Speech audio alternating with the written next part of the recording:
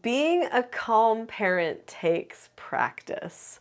And I know because I probably am not a naturally calm person, a little bit more high-spirited, and definitely could shoot darts out of my mouth and say hurtful things. I could take things personally. I'm probably a little bit more emotionally driven. But yet, at this stage of my life, I'm actually known as probably one of the calmest parents out there. I think that's what most people know me for, is calmness. In fact, I've written multiple books. I've written 15 books, but these 4 books are all just about calmness. 3 books for children and 1 for adults. So to say that I really care about calmness and that it's an important part of who I am would be an understatement.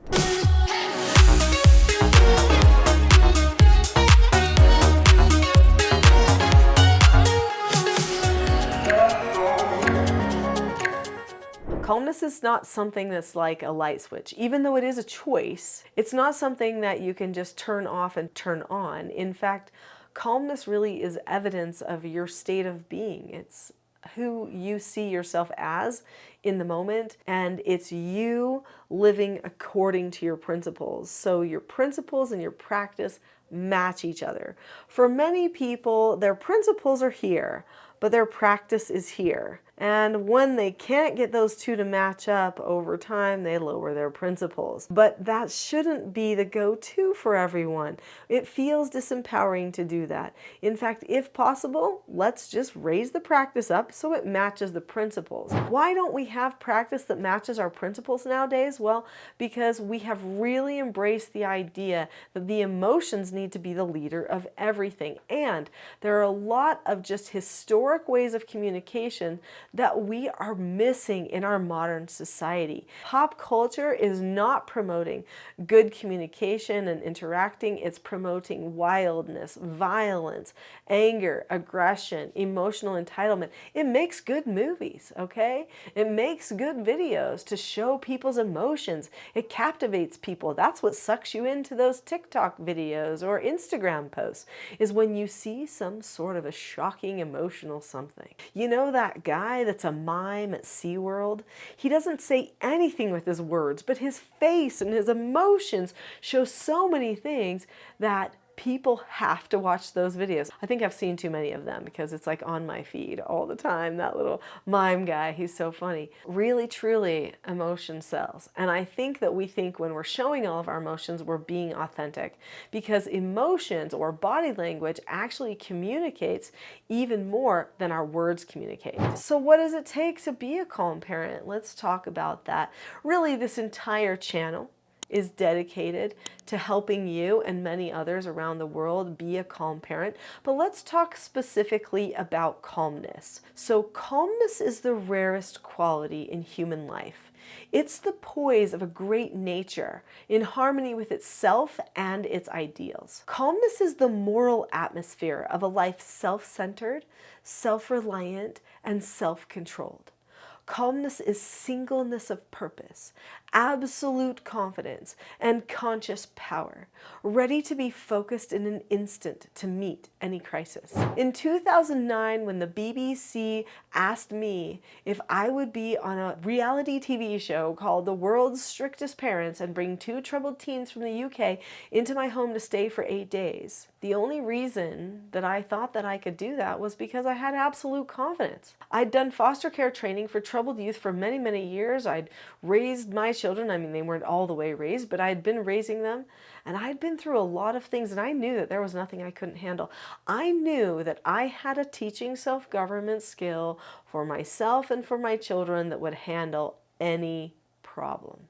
And that type of confidence is actually rare, because it leads to a calmness where I don't feel like I need to worry. It doesn't matter what happens next, I am ready. There's an old proverb that says, if ye are prepared, ye shall not fear. And that's what I felt. I'd experienced so many things with my foster children. My capacity had increased so much that I didn't need to be afraid at that time. So what I'd like to share with you is some of the lessons so that you don't need to be afraid, so that you can start on the journey to calmness in your parenting, but also so that you can start on the journey to self-government for yourself, which changes everything in all of your relationships. So when it comes to calmness, the first thing is you've got to be okay with analyzing yourself. Take a good look. What does it mean when you're calm and when you're not calm? What is your body language like when you're calm? What is your voice like when you're calm? And what are those things like when you're not calm? You've got to have a plan for how to change from when your body language is not being calm to being calm. You need to have a trigger spot.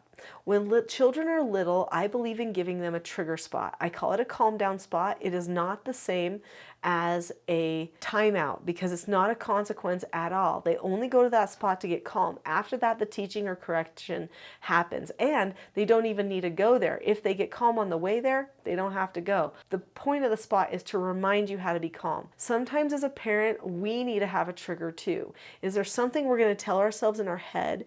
Is there some place that we're going to go in order to get calm? By the way, a person can get calm in 5 minutes or less if they want to. That's key. You have to want to, okay? Your will has to be engaged, and then you can do it. If you don't want to, you could stay out of control for a very long period of time, especially if you're going to wait for your whole brain chemicals to do all their stuff. It's going to be probably 20 minutes, maybe more if you keep pushing it harder. You need to have a calm plan. When I had these foster children and they had all kinds of issues, I had a calm plan. If I saw that something was happening that needed my attention, the first thing I would do was take a little mini step back, and then I would evaluate myself as if I had stepped out of my own skin and it was right in front of me. And I would say, in my own head, am I calm? Now remember, I've analyzed what's my calm body, what's my calm face. Do I know what I'm going to say, and is it calm? Am I calm? If the answer was yes, then I would take a little mini step forward and I would go on with my communication. I would say what it is that I'd planned to say. I would use my scripts that I knew and that they knew. I was prepared. But if the answer was no, at that point, I would need to go into my room. I would pray, I would sing, I would decide what skill I needed to use. I would look over my scripts, I would prepare. And then I would come back a few minutes later and I would actually do the correction and handle the situation. Now you might be saying, yeah, but what if they're violent or what if whatever? Okay, I had plans for all of that kind of stuff and I'm not getting into all of that here. The point that I want to get across is that you need to have a plan for yourself. How are you going to evaluate yourself right in the moment? So do some pre-evaluation. What does it mean when you are calm and when you're not? What does it feel like? What does it sound like in your head? And what is your body doing? And then do that evaluation in the moment and don't engage until you're fully ready. So then at that point, you've got to ask yourself, okay, now that I'm calm, now I'm ready to engage in this interaction, and I know I can trust myself to not fall over the cliff of taking things personally or engaging in a power struggle. I'm going to be assertive in my communication. Okay, but what am I going to say? What are those assertive words going to be that I'm going to say? Well, this is where teaching self-government really comes in handy. So in the teaching self-government parenting approach, I give you the scripts that you need, because if you don't know what to say, if you're saying something and it's not working, if you're nagging and they're whining and there's attitude problems and there's fights and the roles are getting thrown off, like they won't listen to you, they won't do what you say, all those kinds of things are indicative of dysfunction.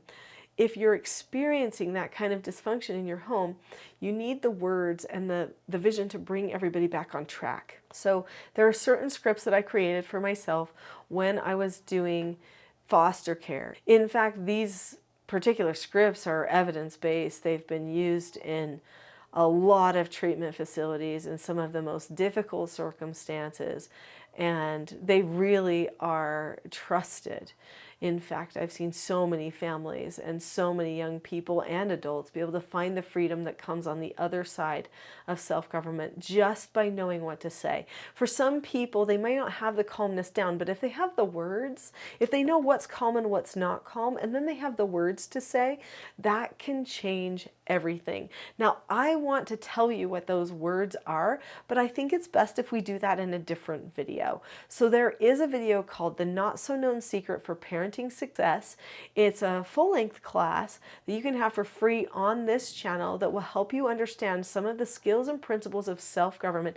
And there's a free gift at the end of that video too, which should help you a little bit more with your calmness as you start going down this journey of self-government and calm parenting. I know you can do it. It feels hard some days, but I've seen people do it. Please take my assurance that as you learn the words to say and you're not afraid to evaluate and course correct in the moment, your parenting interactions and your very relationships will change for the better, and you will feel more calm and at peace in the process. So go to the Not So Known Secret for Parenting Success now. I'll see you there.